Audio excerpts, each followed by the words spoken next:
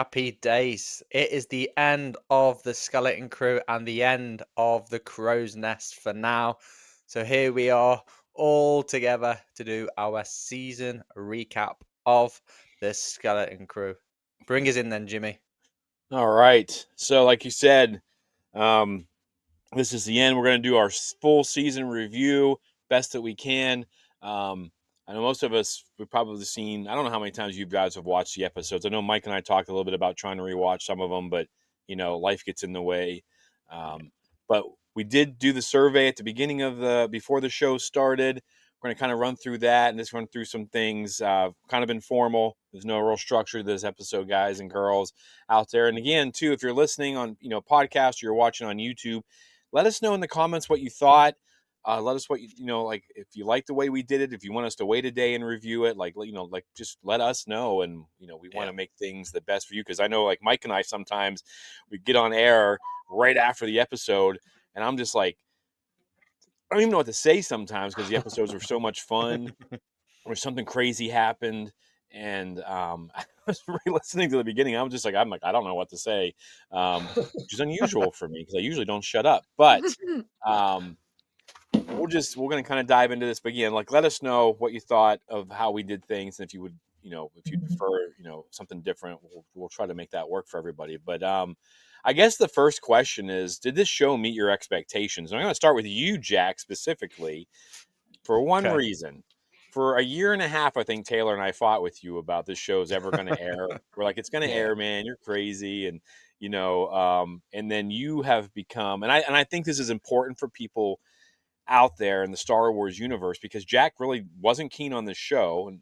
And now you're like one of like, you let the show do the work, and you went Yeah. with open mind, even though you didn't think it I'm was here going to be good. for And I it. just think that's important for people to understand, that you started somewhere, you went somewhere else, you had a journey just like those characters did. And I think Yeah. we should chat about a little bit here. Yeah, no, 100%. I think, like you said rightly as well, my expectations were pretty low to begin with.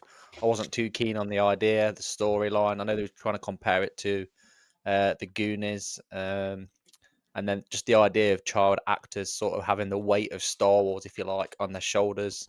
Yes, they brought in Jude Law, incredible actor, regardless of the Skeleton Crew. Um, and yeah, kept an open mind.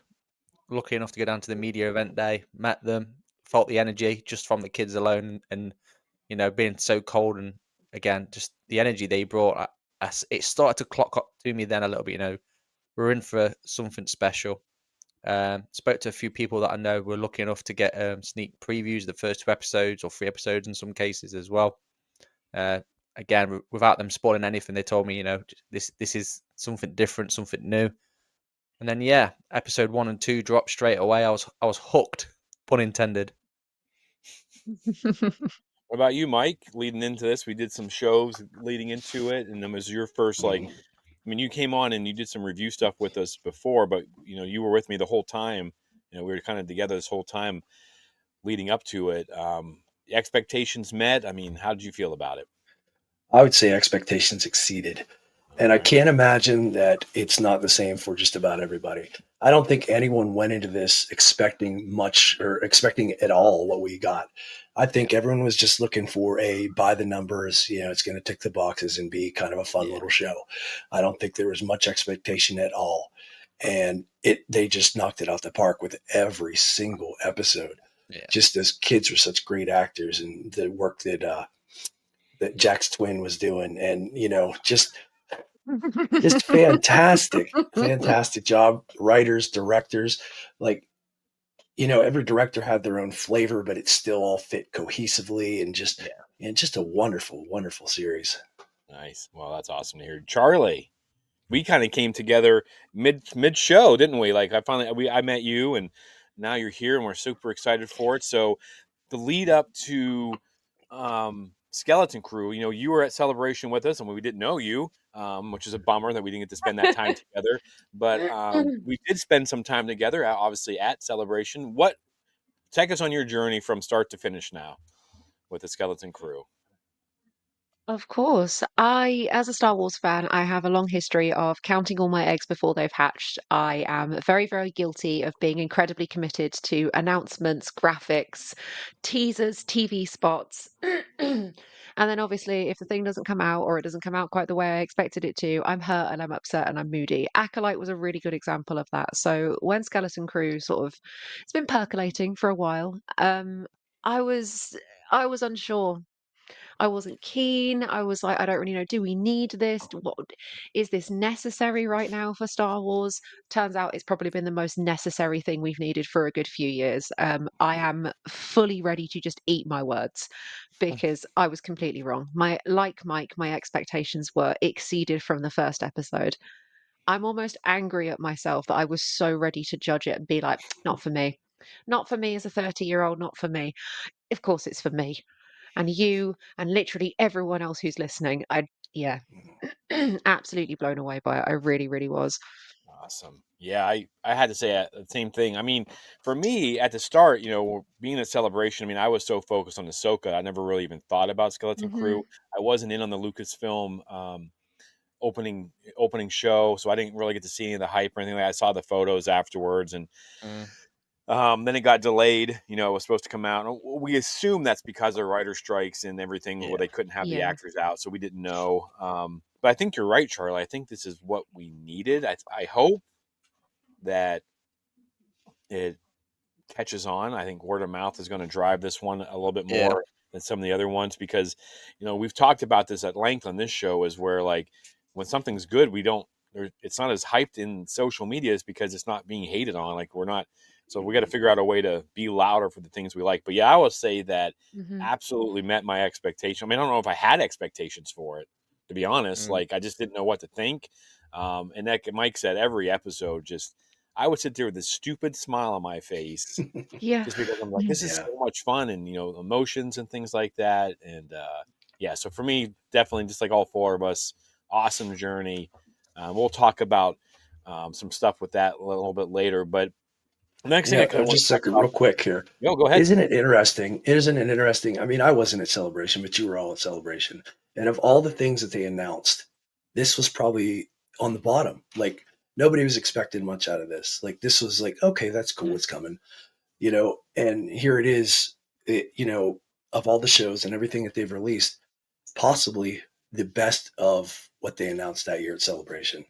That's a Yeah. pretty Is it valid not? point, Mike. Yeah, because I mean, a lot of the hype was surrounding the movies, Ray's back, and Dawn of the mm. Jedi, and Ahsoka's coming around the corner. So yeah, I mean, you're probably spot on it.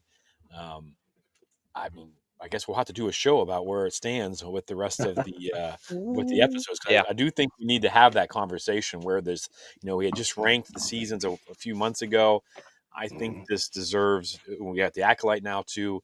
I think we need to revisit that conversation. Maybe we wait till after Yeah. Andor season 2 so we can really kind of dive into it.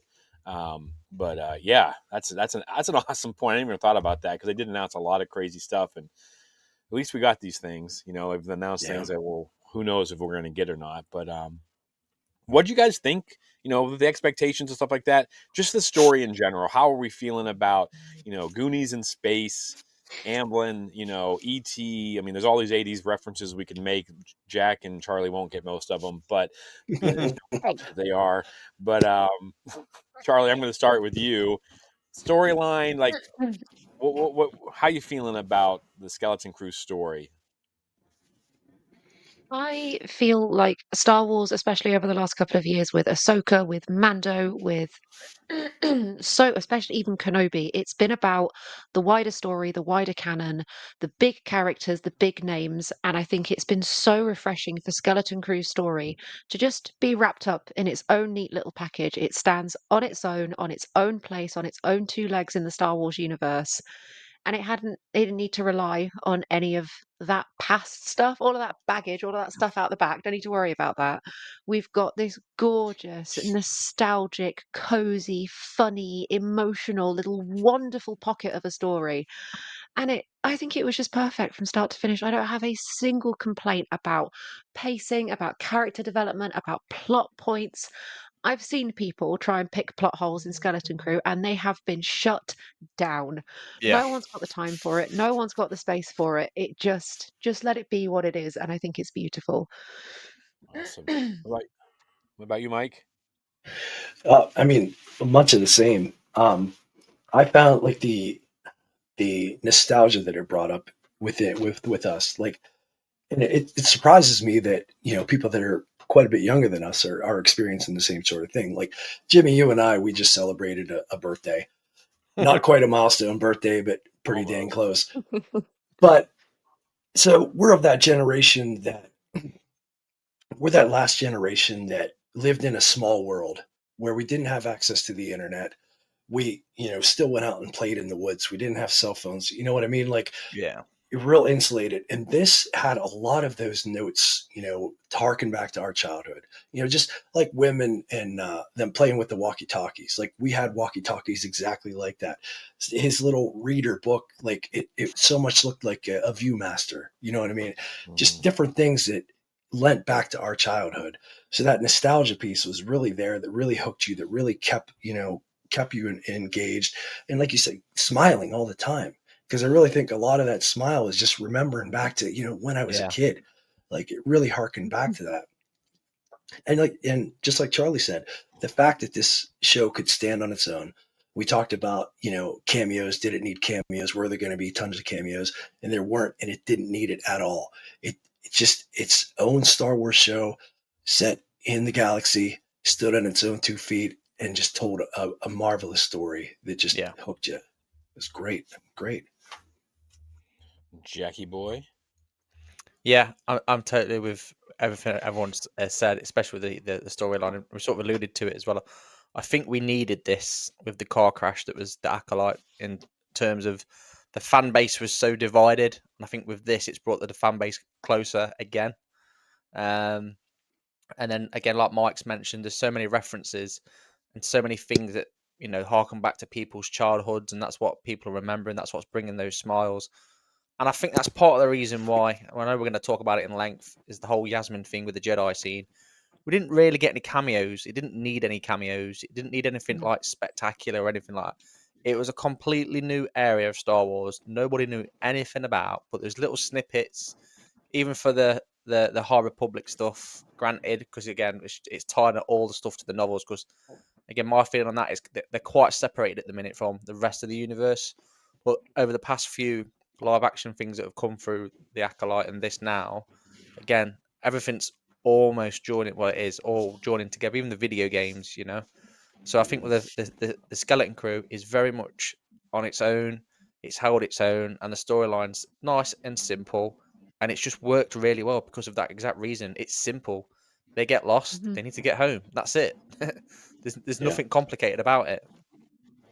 No, yeah, I think you guys, yeah, you're spot on. I think it's kind of funny because everyone complains about how big the galaxy is, but we're always on Tatooine, and we didn't Yeah. have that.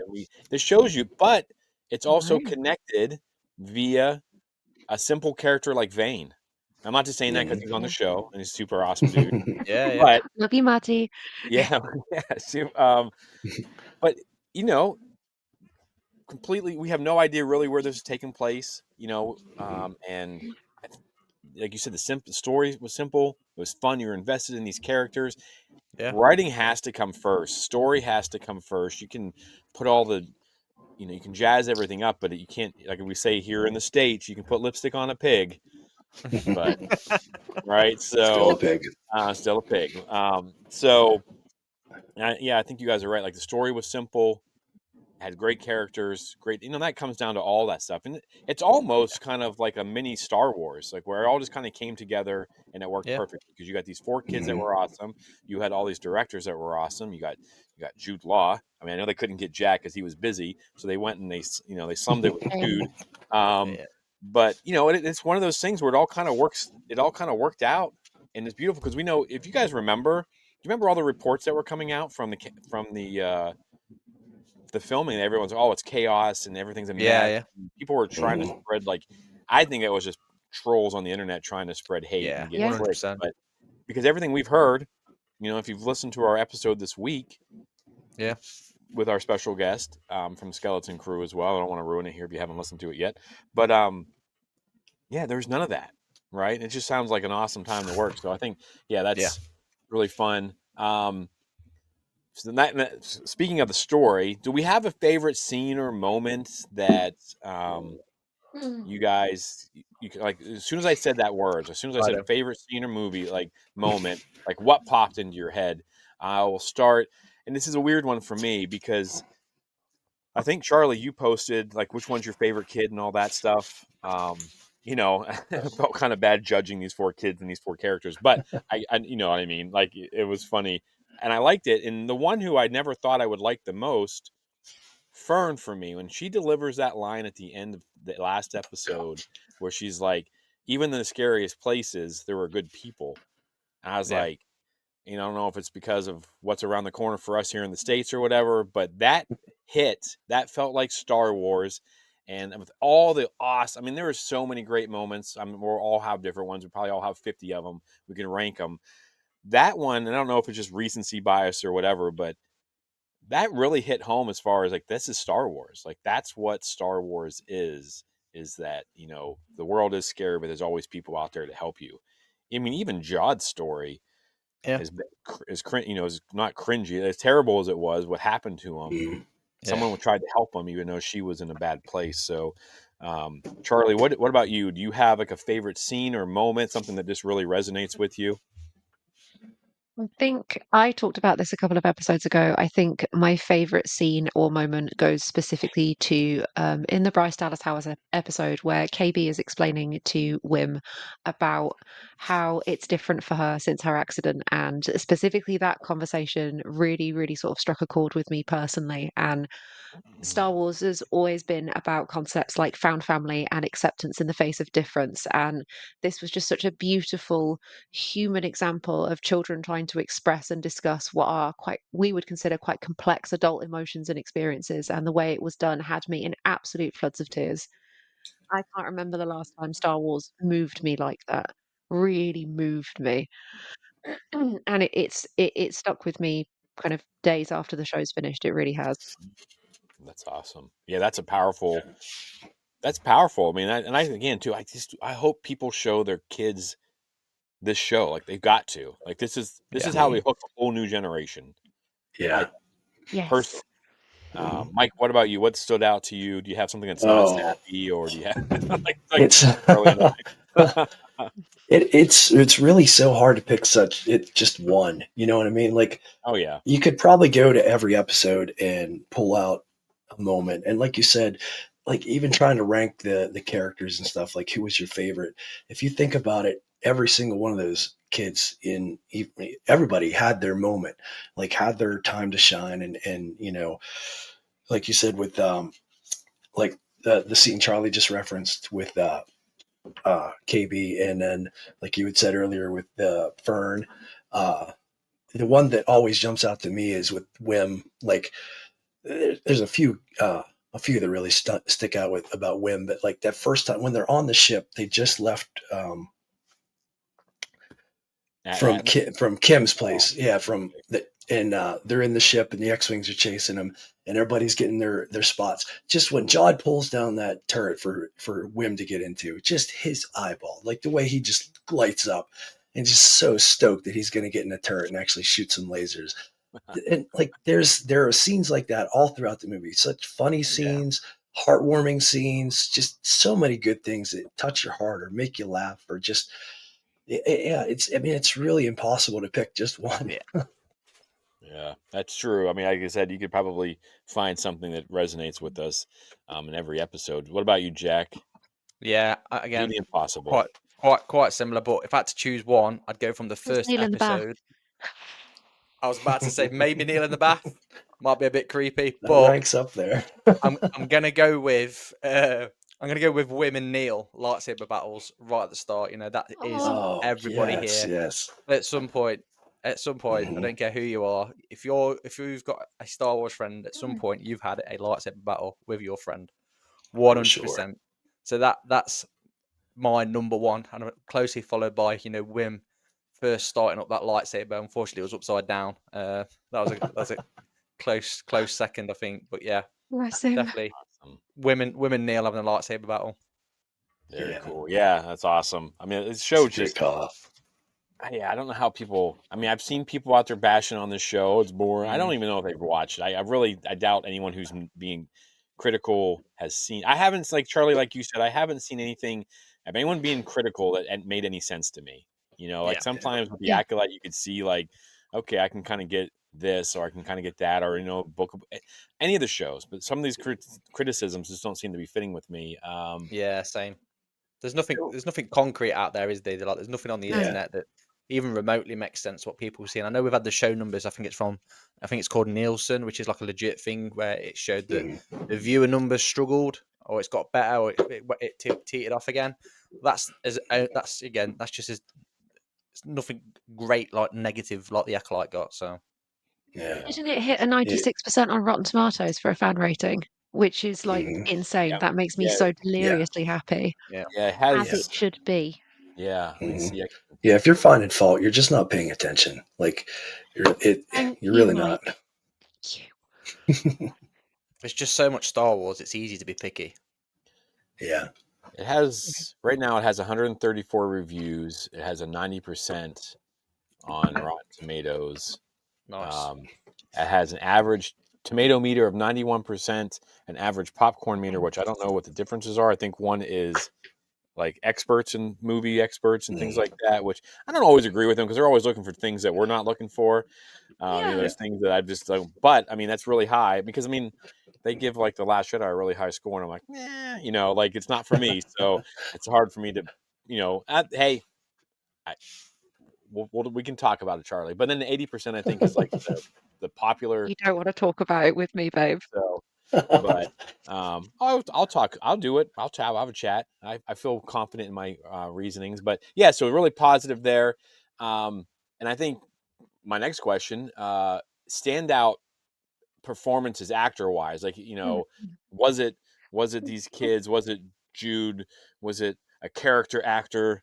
Who may or may not have been on our shows the previous 2 weekends. So is there someone that really popped off to you guys on the screen, like something like that? I mean, it's kind of similar to the last question, but just who do you think really brought it? I'm gonna let Jack go first, and I think I know who he's gonna say. But Jack, what Okay. do you think? What do you think, Jack? Interesting. Just out of interest, who do you think I was going to choose? I was thinking your twin. Unfortunately not. Oh Unfortunately not. no. I'm going to have to go with Kara Cratter, KB, Okay. Awesome. purely Yeah. because of the episode, and it's sort of jumping ahead a little bit.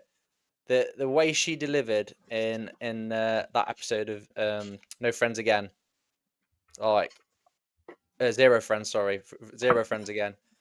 She was Yeah. incredible. Like, for a young Absolutely. actor to portray what she was going through, how she was feeling, was just, for me, phenomenal. At such a young age, I know I keep saying it, these are kid actors. They don't really come across like they've got the weight of Star Wars universe on their shoulders, which I guess is important, like we've seen in the past with certain actors as well, and it shows. But yeah, to pull off the story and portray everything that was going through, obviously she got an incredible cast around her, an amazing director in Bryce Dallas Howard as well. But yeah, for me, it'd be KB. Awesome. About you, Mike? You have a standout performance or performer? I mean, I know this is tough. It kind of Yeah, falls it in line really with what is. we did last, but I mean, Jack, I mean that is fantastic example. Like that episode of KB, that was phenomenal. But like you said, I think every kid had that at some point. Yeah. Even like just Fern, like when she broke down crying in that one episode, in the interaction with her and Wim, that was really powerful. That was great. Yeah. how about that? Yeah. Her Geez. Fern, Fern's comment in the last episode where everywhere we went there was good people, and each of these kids, every actor was given a chance to really shine. You know what I mean? They were given such great dialogue, and I mean that's just one piece of it. Like Mm. the writing was so great; they were given good stuff, but on top of that, they nailed it with their execution. Stuff that especially those kid actors can really trip up on sometimes. Oh They yeah. don't don't necessarily have the life experience to draw from to really pull out those emotions. But man, they really brought it. Like when, like you said, when KB's there crying, expressing her emotions, like it brings tears to your eyes. And Wim, when he's sitting back there in the ship and Jod has to come and talk to him in that one episode, he's back there crying. Like you felt it. Like Yeah. you felt like he was scared and alone. It's just I could go on and on. It's just phenomenal what these kids did.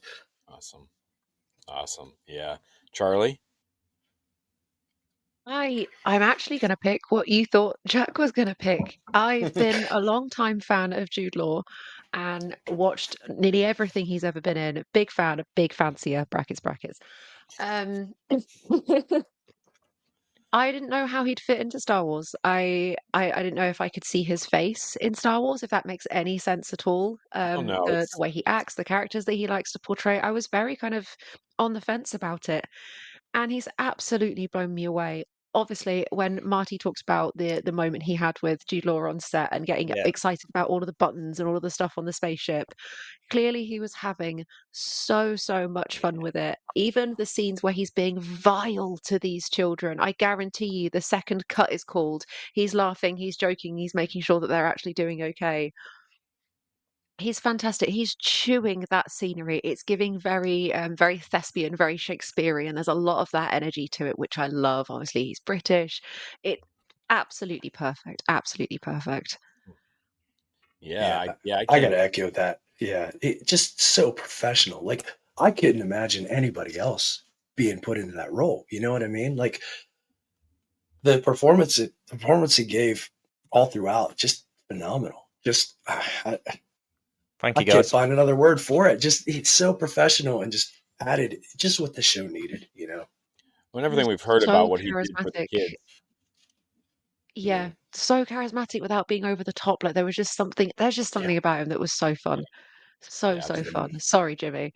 No, you're fine. I love it. I love hearing this. I love the love for Star Wars. I mean, I'm so glad we're in a place in a show that this is how it's been. Like this is yeah. because it's the last one was a bit. I mean, I liked the last show, but there were things wrong with it. And it's fun not to think of Mm. stuff. I want to go with a creature performance. Chithalop. I thought that thing was Mm. awesome. Like, Yeah. I mean, because Good I shout. echo everything you guys said. Not just we have friends that do that stuff, and you had Kim and you had Chithalop, and I think I'm saying Yeah. his name right. Just all these little things that added to Star Wars, Yeah. like it added to the show, Yeah. and I love the fact that like Watson Ford, like we're gonna make this big giant octopus creature, and he's gonna be like, hey guys, let me help you out, like it's not gonna be this scary monster thing because I mean they've tried to push Mm. photos of it, they made it look like thought it was going to be the monster protecting the lair, and I mean, kind of Yeah. was, but just Yeah. some of that stuff, I think that was awesome. I just think like all the creatures and things and people in those suits and the people who behind the scenes, because we do know people in that business, and I just how they bring those characters to life. And then, like you guys said, though, like Jude Law and all those kids playing off of that and off of each other, just all around great stuff. But yeah, so I want to say, all the creatures and things like that. But let's Yeah.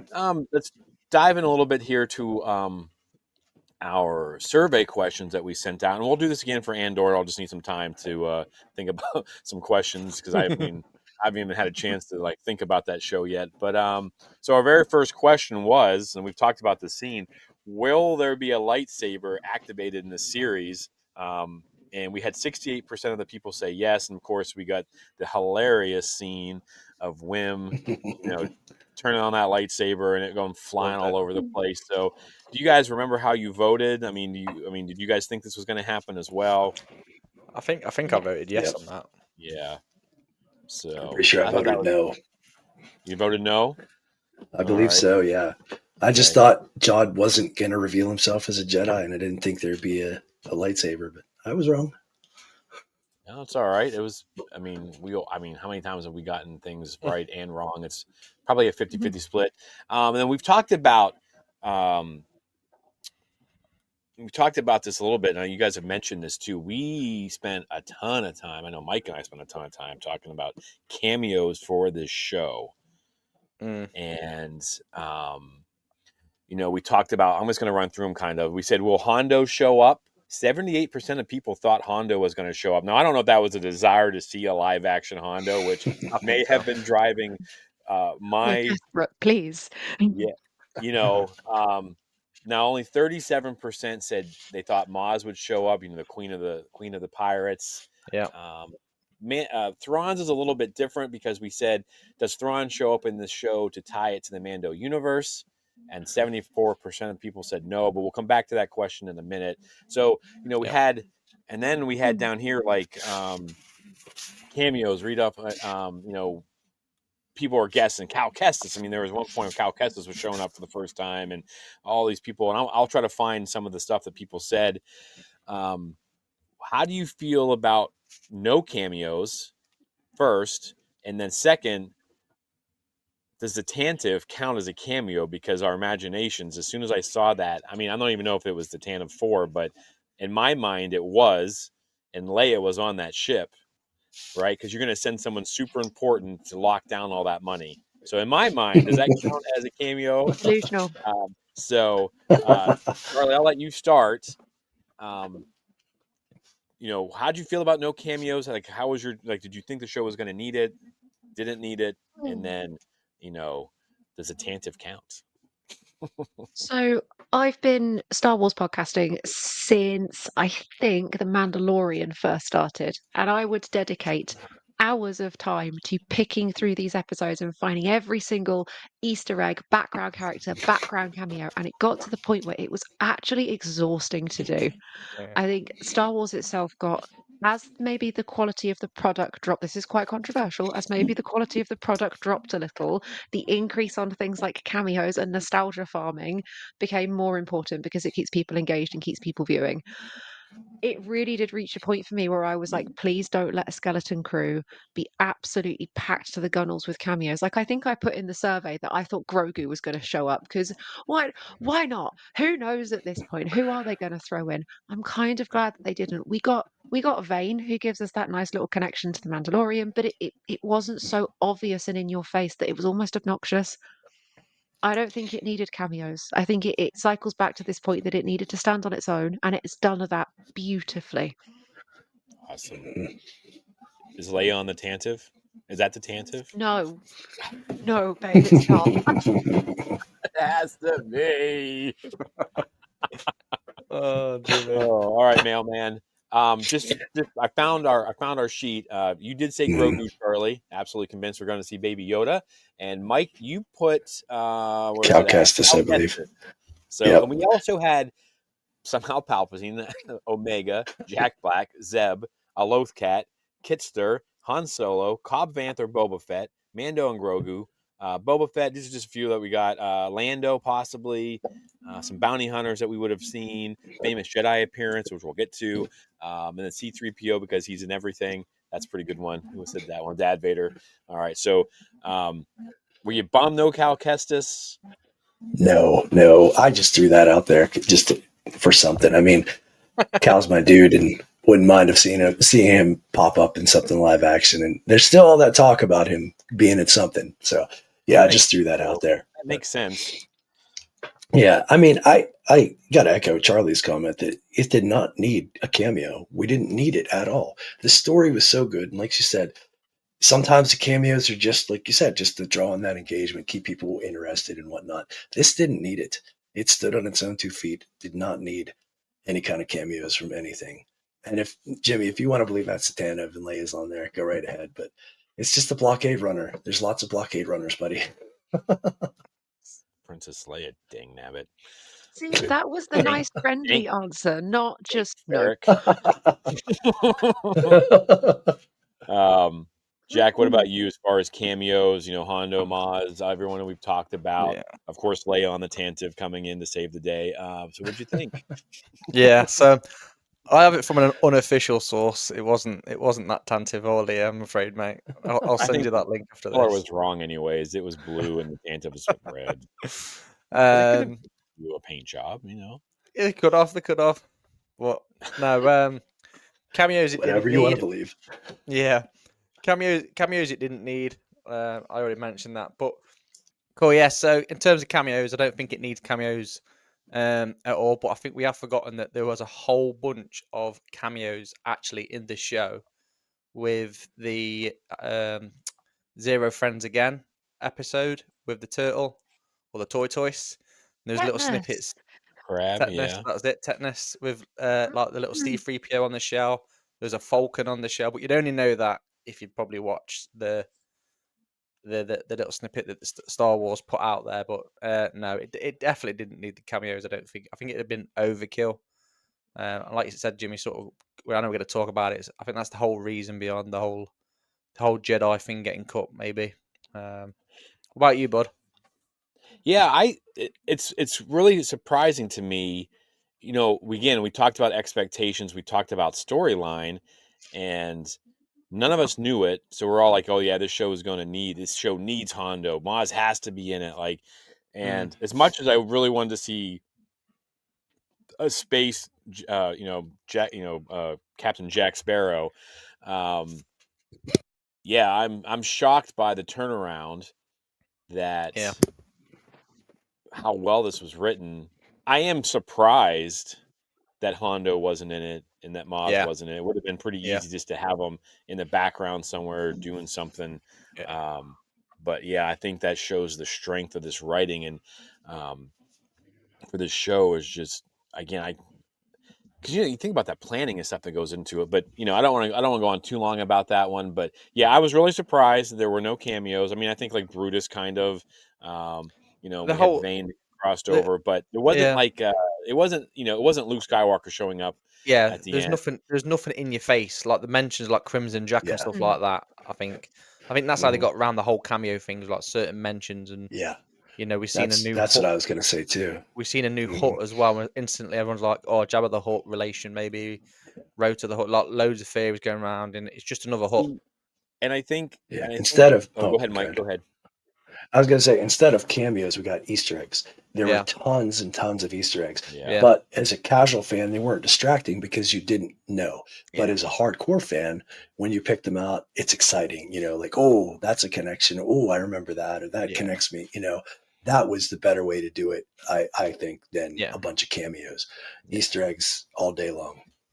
Yeah, no, I agree. I'm just really surprised by how well Mm, the show. I mean, I really thought it was going to be. I thought it'd be a fun show, and we're going to enjoy it. I mean, we enjoy most of stuff, where we try to find the good in everything. But I really thought there were going to be a lot of cameos, and it's funny how like yeah, the narrative has changed because we were all like pretty high on who's going to show up, and then none of us, all of us, most of us were like, yeah, it didn't need it. It didn't need anything other than Yeah. Leia coming in the same day at the end of the day.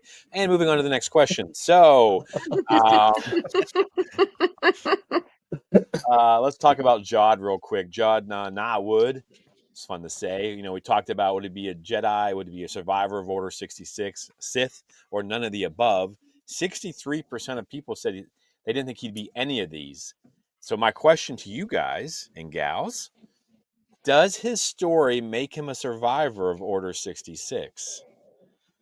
Like, how do you classify? Mm. Because, you're looking at a 5-second story that they've made a whole movie about or a TV show like Rebels. This is Rebels that doesn't without a happy ending, yeah. right? Mm. I mean, and it shows you the difference. So, how do you guys feel about his story?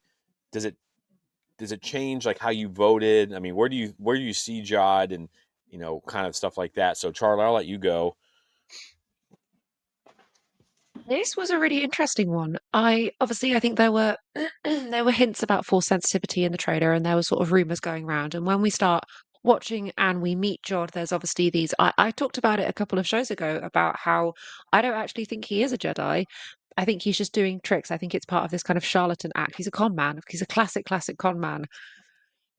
However, once again, I will eat my words because it turns out he is a Jedi. He did have a Jedi master at one point. This is alluded to very, very vaguely. I will admit, all three of us who were sat at home watching the finale looked at each other and went, "Who is it? Is it Barriss? Which Jedi is it?" Going through the Rolodex in our heads of female Jedi, like, who is it? Who is it? Who is it? I Yeah, I guess he's just a Jedi that's not a part of the Jedi Order anymore and doesn't necessarily identify himself as a Jedi. I would say, I guess he's more classified as just a Force user. because Yeah. now canonically that's a thing. You don't necessarily have to be trained Yeah. in the ways of the Force to be able to use the Force. Yeah. I'm interested that 63% didn't think he'd beat any of these, and I think a majority of us have Hmm. been proved wrong. I think that's really interesting. How do the rest of you guys feel about it? I was on record as saying that he was going to be a charlatan. He's going to be a trickster. He's going to be a scoundrel that's just faking his way through it. Mm, But I wouldn't call him a Jedi. And I don't know if I'd say he's a survivor of Order 66 either. yeah. I mean, when I think of a survivor of Order 66, I think of someone who was already a Jedi that escaped, or one of the Padawans that, like Yeah. Grogu, got got out of the temple alive. Fought the way out. Yeah. So I mean, he's just a little street rat that some Jedi down on their luck found and realized he had some force sensitivity, and probably thought like, ah, we're almost all gone. I got to take this boy in, and you know. So I mean, if he was hunted by the Inquisitors and um, wasn't killed by them, I suppose you could still call him a survivor of Order 66. But I mean, just the fact that he wasn't taken out of the temple, as a Yeah. Padawan, Yeah, I don't no, know. that makes sense. That makes complete sense. Jack, what about you? Where do you think he Yeah. stands? What did you think of that So, storyline? so Mike brings up a good point as well, talking about the Inquisitors, and that is.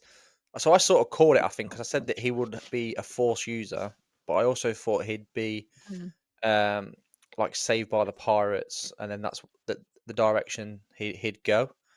So Mm. again, you got your hardcore Jedi fans who would say you're not a Jedi unless you've completed the training. I get that to an extent. Then you've got the fans as well that say, well, you don't have to be you don't have to do the trials and all that good stuff to be a Jedi, because that's been proven as well. Then the Force user stuff, you don't have to have a Jedi to teach you how to use the Force. Broom Boy is a perfect example of that in The Last Jedi. Who taught him how to use the Force? um, Yeah. so yeah, in terms of surviving Order 66, because he said, I'm sure he says it. He was forced to watch his master get Yeah, blasted apart. Hmm. So yeah, that tells mhm. me, and it sort of ties in with Mike's theory, but this is my theory head going again, is maybe the Inquisitors found him with the master, forced I him think to it's the watch, Inquisitors. forced him to watch the master get blasted, and then sort of recruited him, but then he ran away, maybe, or he seen it happen, then took his chance and ran away. And Inquisitors was like, he's not even been trained properly. Don't worry about it. Who knows? But I think they've left it open enough for people still to, like I'm doing now, spitball theories and come up with all Mhm. crazy ideas, because there's so much more to Jod's character. We know he doesn't die. We don't see him die, so I think we'll see more of him. yeah. Well, he gets that glint in his eye after he watches Mm, the crash, and I'm trying to remember whose review I was watching. It might have been New Rock Stars. I always like to listen to other people talk about stuff, and they pointed it out. And I don't know if I didn't notice it because I'm sometimes, when we're taking notes for our show, yeah, I'm looking down for a couple seconds, and I try not to look down too long. But he gets this glint in his eye after he's like sad, sad, sad, and then like something pops into his head. He's like, "All right, I know how I'm getting out of this." Then just yeah, disappears. fresh Yeah, start. I was pleasantly surprised by how they handled him because for a while we thought maybe he was a trickster and just doing because we thought maybe it's only he Hmm. could Yeah, do it with metal and stuff like that. I think Jack and Mike, yeah, I yeah, think you guys talked about that at length, and I was like, oh, that makes sense. We never seen him do it against anybody else. Of course, they yeah. saved it all for the end. I don't know if it really makes him a survivor of Order 66 either. I just kind of Mm. thinking about it. You just think about those. You've got a Kanan and Ezra story that just doesn't go Yeah. well. Yeah. I, I, I, Yeah. I I would love to see maybe the next Tales of the Jedi this play out. This would be a great place to explore that a little bit, or a comic book Yeah. run or something. I would like to know more about that relationship. I want to we're going to talk about this in the main show a little bit more about the news, but I just wanted to read this. Yasmin Al Masri, she actually played Jod's Jedi Yeah. Master Deleted. You did? We'll talk about a little bit in the main show today, but because there was all these rumors. We have friends of the show like Mike, a guy who loves Star Wars and stuff. They talked about it a lot. Where there was actually a casting on Google you could find for this character named Lena Nawood, Yeah. but you couldn't find it on IMDb, and it was causing all Mhm. kinds of commotion. So it's kind of nice that I'm glad they let her come out and say that she had been part of it. Mm. Yeah. If you go to her Instagram, there's photos of her training. There's photos of her in her Jedi garb. and some other things that kind of go around with it. But yeah, I thought that was exciting, and I just for what a quick 2 minute story, a minute story. Like I just thought like you guys talked about Jude Law selling these stuff. Like he just, I mean, that's just like Obi-Wan Kenobi saying during the Clone Wars and then nothing else. Yeah. Right. Yeah. And then Jude Law delivers a line in a story that quickly and that could spin out of control for some people. So I think people will talk about it until we get a definitive answer. But where are we at here? Okay, so then we've got, we talked about cameos kind of come back around to Thrawn and how this is going to tie into the Mandoverse. We had lots of things. I had thought that these kids were going to get blasted off and end up in Peridia, and maybe that's how like Ahsoka and Sabine get back. I mean, honestly, I think that was one of my predictions, was it was going to bring them back, or like Thrawn would show up somehow. But really, the only tie we got between, so we know that it's actually happening in this timeline, was Vane the Pirate.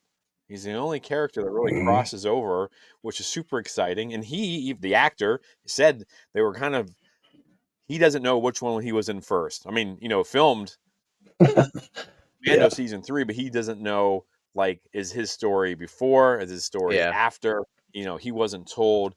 So that's kind of exciting. And I don't know how those things age, obviously. Is he older? Does he have great skin, really good, nighttime routine, keep him looking fresh? But what do you guys think about just how they were able to tie that in? Do you think the average viewer, like, we catch it because we're like living it? Do you think like an average person who, I mean, I don't have, I talk Star Wars with you guys because I needed people that kind of got to my level with it, and wanted to go as deep as I wanted to go. So do you think like the average fan picked that out, Jack? Do you think like they realized like, hey, that's the same pirate that was in Mando? I don't. No, I don't know. Or not with how brief of an appearance he was in the Mando as well. Yeah, not a casual fan. I don't think so, mate. No. Yeah. Mike, I think if you watch the Disney, I think if you watch the Disney shows, you probably connected. But at the same time, too, Jack's right. He wasn't a big part in Mando, and it's been so long since Mando season 3. Yeah. So I mean, that stuff can easily leave your brain. I mean, just the fact that I don't know, if you're plugged in enough and listening to and reading stuff about the show, Yeah. you probably hear that this is connected, and you realize, oh yeah, you remember. Yeah. But yeah, you're right. I mean, probably if it's just your first thing, you don't know a lot. Yeah, 100%. You wouldn't know. Yeah. What about you, Charlie? Do you think it's enough? Do you think it was enough to connect them? Do you think like for us it's awesome, like I said, but what do you think? How do you feel about Vane the Pirate being the connective tissue between these? I think it was an interesting choice, all things considered. I think, like we've spoken about with cameos, there were so many options they could have possibly taken given where this is in the timeline, that are like the big, hard hitting, smack you over the head, you know who this is. But I think having Vane, like, I recognized him immediately, but within seconds I was doubting myself. I was like, no, that can't be the dude from The Mandalorian. No, because how would that work? And lots of little questions buzzing off in the back of my head. I don't know if a casual fan, but then what is a casual fan of Star Wars? I don't think you can be a casual fan of Star Wars. I think the way it's Good set itself point. up is it sort of forces you to watch all of it and like it. So I think if you're gonna remember who Vane, he's also quite a unique looking character because obviously Marty's quite tall as well. He's got a lot of physical presence on screen. Yeah. And unique character design. So I think it was very easy to go the same way in Acolyte. We all were like, that's Ki-Adi-Mundi. I know that that's Ki-Adi-Mundi. Yeah. And then there was lots of no, it isn't, yes, it is, no, it isn't, yes, it is. People know more than I think. Don't think that the fans are stupid by any stretch of the imagination. I think it was the perfect amount of recognition to put in and be like, ooh, there you go. Yeah. Look at this. Yeah, I would have to agree. I think he was, I mean, a weird choice, and even Marty was surprised. I mean, they had to bring him back to film another scene because they wanted it, to be fresh in the memory, which is a cool story. But yeah, that's a weird choice, just some random pirate, and just There's a reason why though. and that's another thing too. Like I said about the show, though, like things just kind of worked out. But I think it's Watson Ford, like their planning and the stuff that they've done with like the Spider-Man stuff. Like these guys are awesome at what they do. They I'm can bring a still universe shocked. together. I Yeah. am still shocked that Yeah. they haven't been like, these guys are good. They're getting a movie. They're getting the next trilogy. We're Mhm. turning Star Wars over to them. But yeah. So I think it was awesome. I'm kind of glad Thrawn didn't show up. Like we said, he would have been too much for Yeah, this show. so. Yeah. Way Could he overkill. show up and try to Too much steal of a those? threat. Yeah, it would have changed the whole thing.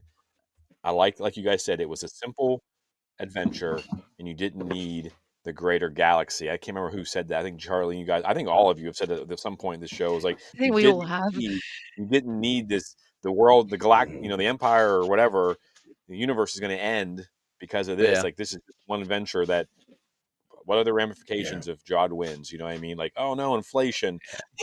Like, Yeah. which can be bad. And But yes, so, it can lead to really bad things. Jod. But the way this ended up too, it could, like, if you went to a season 2, then you could really have that connective tissue. It could go in a completely different direction because now you've told these kids' story. You have their background. You know what they are. Now you can move them into the universe, connect it with the bigger story, and go from there. But I mean, honestly, season 2 could be anything, but that's a possibility. I'm going to run through a couple questions, just the answers of people, and then I want to ask you a couple. Like, I got 1 or 2 questions left, and then we'll wrap this up. We had, will any of the kids be Force sensitive? 58% said yes. I know, Jack, you thought Wim was going to be, I think. Yeah. Right? Yeah. Do any of the main characters die? It's a kid's show. 89% said no. I can't remember The who amount it was. of peril was Yes, just I the thought right it was. amount, just the right amount. Yes. Yep. Are we counting SM33's head coming And, off on that, as a death? I gasped. I'm like, ah! No, he's still alive. Yeah. It did And get a gasp then- out of me. This is very true. Well, hold on, real quick on the Force sensitive kid thing. Did any of you think for even a second in the last episode when Wim picks up the lightsaber and ignites it, did any of you think he was going to save the day? 100%. Like he was going to suddenly use Oh, the yeah, Force I thought in he was some gonna way? Bust out an Obi-Wan. Yeah. There was a second there where you thought, he's gonna do one of those things oh, where it just kind of came out of him without him knowing Yeah. what he was doing. Yeah, 100%. Yeah. I thought that. And Yep. I feel like we can have these discussions for a long Yeah. time. Like that's something we can talk about on a whole show is like, should he have? You know what I mean? Like we love the way the show went, but like, what does it Yeah. change? Keep So it yeah, I simple. think there's lots of conversations to be had over the next few Mhm. months about this show in a positive way. Do any of the main characters I know? Will the fandom like this show? This is obviously, remember, we're coming off the Acolyte and everything that happened with that. 68% people said yes, miracles can happen. So obviously we're having a little bit of fun with the Nice. questions when we send them out. I'll skip over the cameo thing, and then finally we get to crazy predictions. And so this kind of leads me to like wrapping things up. You guys will, take your time thinking about this, but this is an abrupt ending for this show, right? It wraps up, but it doesn't wrap anything up at the same. I mean, this is perfect Star Wars, Yeah. right? I say it all the Finish time. one thing, and there's 99 million questions to be answered. Yeah. What will we get? So my questions here, and you can take them however you want. What's next? Basically, what's next for the kids? There's no way Wim is staying on that planet and not becoming an X-wing pilot, right? I mean, there's no way.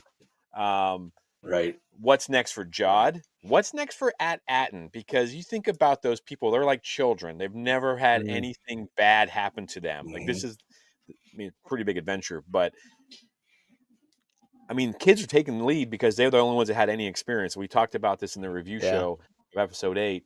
And then, do we need or want a season 2? Because I have a couple thoughts on this because. And I'll lead in. I'm not going to answer both these questions, but does a season 2 answer these questions but ruin season 1 or enhance it in some way? Like, is it going to where do you go? I guess so. Those questions are kind of tied in together, right? Because like, what's next, and then do we need to see it, or do we need like snippets of things, or do these kids show up you wait 3 years, these kids are going to be like young adults, and they can be involved in stuff. So, do I have anyone who wants to volunteer as tribute to go down this rabbit hole? All right, Charlie, go for it. Going. So, I think what's next for the kids. Actually, no, I'm going to start that again. I don't think we need a season two, but I think there's plenty of leftover threads to tie in to make a season two. And what I mean by that more specifically is I think obviously these are kids, and we know that kids grow incredibly fast and quickly. So I think if they did a second season, it would be a few years, there's all this other stuff coming out. I think there would need to be some kind of time skip. Yeah. I'm assuming it would be something where we see the four children kind of. I'm assuming Atten recovers from the little burglary Jod tried to do, whatever. The great plan continues, and I want to kind of tune back into Atten and see these four kids doing their boring office jobs. And then I want like Jod to return. I want the pirates to come back. I want some kind of big thing to happen so they do the adventure again. Like the same story, just they're a little bit older. So more stuff can happen, more drama. I'd love if one of them was force sensitive. This is the thing; it could exist beautifully on its own, and I would have no issue if even if we never saw the kids appear in anything again. Not that that's what I want. I love them all to death, but it could be both, and I'm sort of happy with that. I think that's such a beautiful way to leave it. I really do. Because I think obviously I will stop talking in a second, I Oh, promise. keep going. Obviously, we're still so burnt from the whole acolyte thing of here is the biggest cliffhanger we can possibly Oh, give you. Ah, it's cancelled. Yeah. Yeah. yeah, I think maybe they're trying to do it a little differently with Skeleton Crew, where it could or it could not, and both is okay. Thank you. Thank you for coming to my TED Talk. no, you're good. That's excellent. Yeah, I mean, I don't know what else to even add to that. Jack, what do you think, bud? I'm totally with Charlie. I'm happy for a season two. I'm happy if they just leave it where it is and exactly the same as Charlie again. I'd love to see. I mean, you imagine the scene of Jod turning back up, and then lo and behold, he's being stopped by Wim, and I can just picture the lines would be like, "You're not so little now," and then like a lightsaber coming on, and him going, "I'm not so defenseless either," and those two going at it would be absolutely fantastic. There's loads of scope there, and like you said, Jimmy, the classic Star Wars, more questions than answers. So for me, Hmm. I'm happy if it stays where it is. It's a little gem. If they want to expand on it, again, like Charlie said, crack on. Just don't rush it. I know you got Yeah, the children's age thing that would cause people to rush it, understandably, but you can't rush it. You can't rush Star Wars. We've seen what's happened with Star Wars when it's been rushed. it's true, very true. Sequel trilogy. So yeah, Yeah. Mailman. Yeah. Yeah. I don't have much to add. I mean, I feel the same. It's perfectly wrapped up as it is, but there's so many options for a season two. There's so many different directions it could go. Like Charlie said, the kids are already grown. They're already 3 or 4 years older already. So, I mean, you can't really tell the same story about childhood, but you could tell a story about teenagers. You could, Hmm. young adults. There's so many different directions it could go, and it, any of them could be interesting. Yeah, So I'd love to see a season two, but if it doesn't, this stands well on its own. yeah, for sure. Yeah, I think the same thing. Like this has ended perfectly because I want more, but I'm happy with how it ended. Mm, yeah, Um, yeah, I think there's options where you could spin off with the Pirates. You could spin off with just Jod, how he gets away, hmm what Hmm. he's doing. Does he come back and ask the kids for help? That would be something he would do. How many different people did he run into that he's messed yeah, over, but yet he still needs their help. Um, at Atten could be a whole thing. I could see, and then this might be a reach, but what if they waited till these kids were like teenagers? I'm trying to think of the timeline. Depends on how far after the Return of the Jedi this is 7 to 8 years or whatever. These kids age up a little bit. Are they actively fighting against the First Order being built?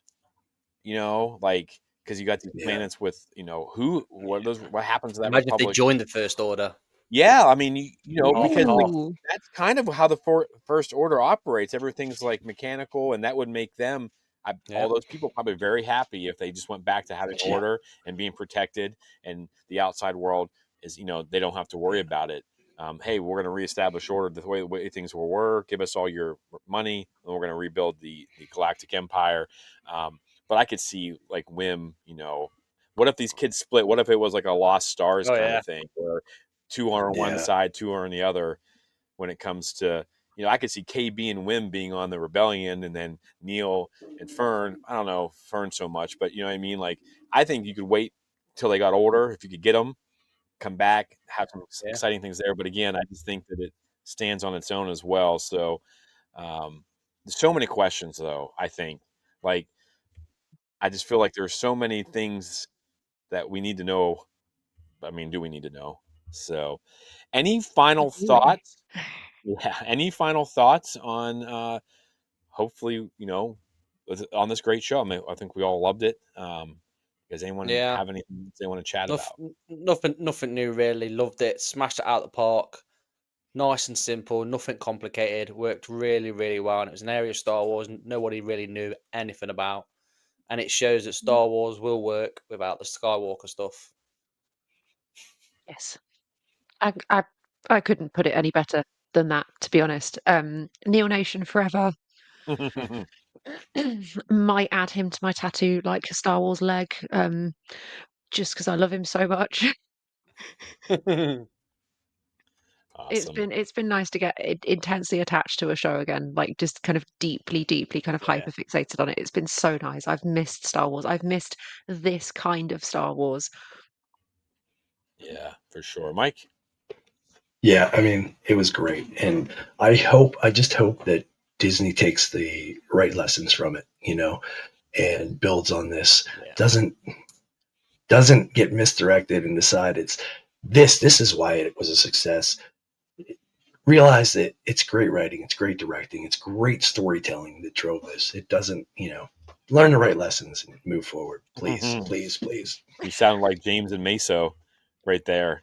Like, I love Weekly you. Planet, guys. If you guys have ever listened to Weekly Planet, you should. It's an awesome podcast. But they say the Yeah. same thing all the time, that these companies get it wrong when something's a hit. They Mhm. don't nail it down why it was a hit, and they just, now we're gonna have 10 shows about kids in space, and it's gonna be like, ugh. But yeah, so, but anyway, yeah, I can't really add anything to it. Love the show. I hope we get more.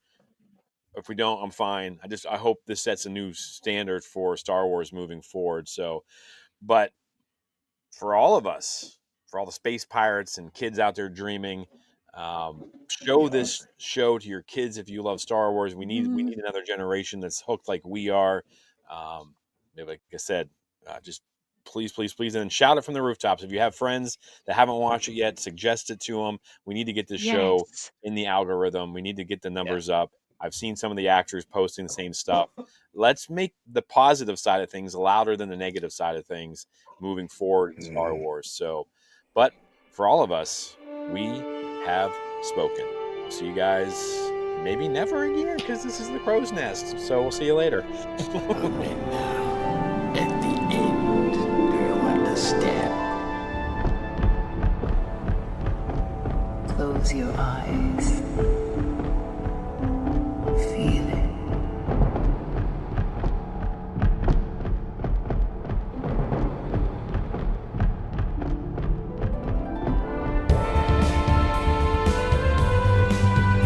I am a Senate.